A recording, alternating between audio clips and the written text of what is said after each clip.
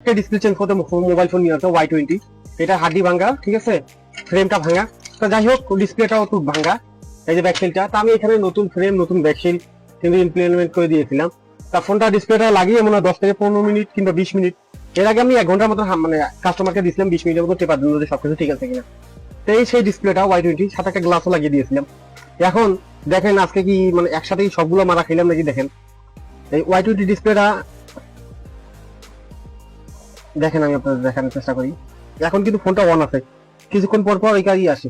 তো এটা যখন খোলা অবস্থায় যখন ফিটিং ছাড়া ছিল তখন চেক করলাম ঠিকই আছে। তো ফিটিং দেওয়ার পরে দেখেন তো এরকম একটা রাস্তা রাস্তা একটা ভাব চলে এসে বললো, মানে মারা কি আজকে কি সবগুলো কি আজকে খালি মারাই খাবো। ওই দেখেন, দেখলেন শেড চলে এসে আমার। আমি এদিকে টেপ টুপ একটু ভালো করে লাগিয়ে দেওয়ার চেষ্টা করলাম, দেখলাম কোন জায়গাতে কোনো সমস্যা নাকি, দেখি না।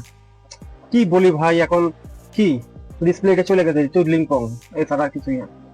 ডিসপ্লে খেয়ে গেছে এটা মারা, তো কাস্টমারকে আবার রিপ্লেস করে দিতে হবে। আর এইসব কিছু চেঞ্জ করে এতটাও দামও হয় নাই, দেখছেন কি কই। এই দেখেন, আবার কিন্তু প্রায় প্রায় কিন্তু আবার ভালো হয়, আবার ডিস্টার্ব করে।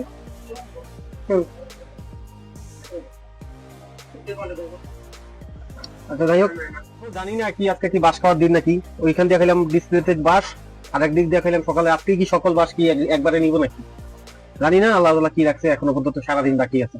তো যাই হোক, যারা দেখতেছেন তাদেরকে ধন্যবাদ।